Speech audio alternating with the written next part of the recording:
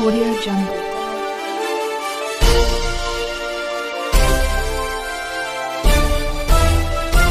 Audio Jungle. नमस्कार, मी साक्षी बिरजदार. आपण पाहत आहात बहुजन सैनिक महाराष्ट्र लाईव्ह. जागना है तो जगाना पडेगा, एक राष्ट्र के लिए. नवी सांगवीमध्ये ज्यांनी आपले जीवन समाज आणि राजकारणासाठी समर्पित केलं अशा राजकीय नेते आणि कार्यकर्त्यांसाठी सायबर सुरक्षा सत्र आयोजित केले होते. ते ज्येष्ठ कार्यकर्ते आता डिजिटल विश्वातील धोक्यांपासून स्वतःचे संरक्षण कसे करायचे याचे धडे गिरवत आहेत. तरुणाईच्या या गुरुमंत्रामुळे बनावट चालन आणि लोन ॲप फसवणुकीला आळा बसेल अशी आशा व्यक्त होत आहे.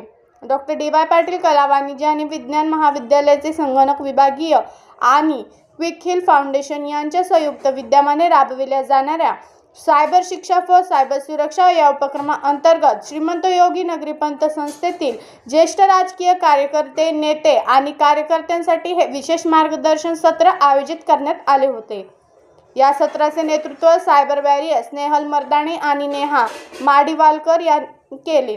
त्यांनी आर्थिक फसवणूक, बनावट चलन फसवणूक आणि लोन ॲपच्या जाळ्यात कसे अडकतात याबद्दल सविस्तर माहिती दिली.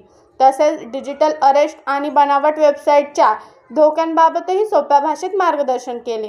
केवळ धोक्यांची माहिती न देता सायबर योद्ध्यांनी स्वरक्षणासाठी एक महत्त्वाचे उपाय त्यांना दिले. सायबर क्राईम घडल्यास सरकारी वेबसाईटवर तक्रार कशी दाखल करावी याचे सविस्तर प्रात्यक्षिक दाखवले. या उपक्रमाला शिक्षक समन्वय श्री सत्यवान कुंजीर सर यांचा पूर्ण पाठिंबा होता. या विद्यार्थ्यांच्या प्रयत्नांनी प्रशंसा करताना महाविद्यालयाचे प्राचार्य डॉक्टर रणजित पाटील सर, संस्थेचे अध्यक्ष डॉक्टर पी.डी. पाटील सर आणि सचिव डॉक्टर सोमनाथ पाटील सर यांनी विद्यार्थ्यांच्या या निष्ठेचे विशेष कौतुक केले.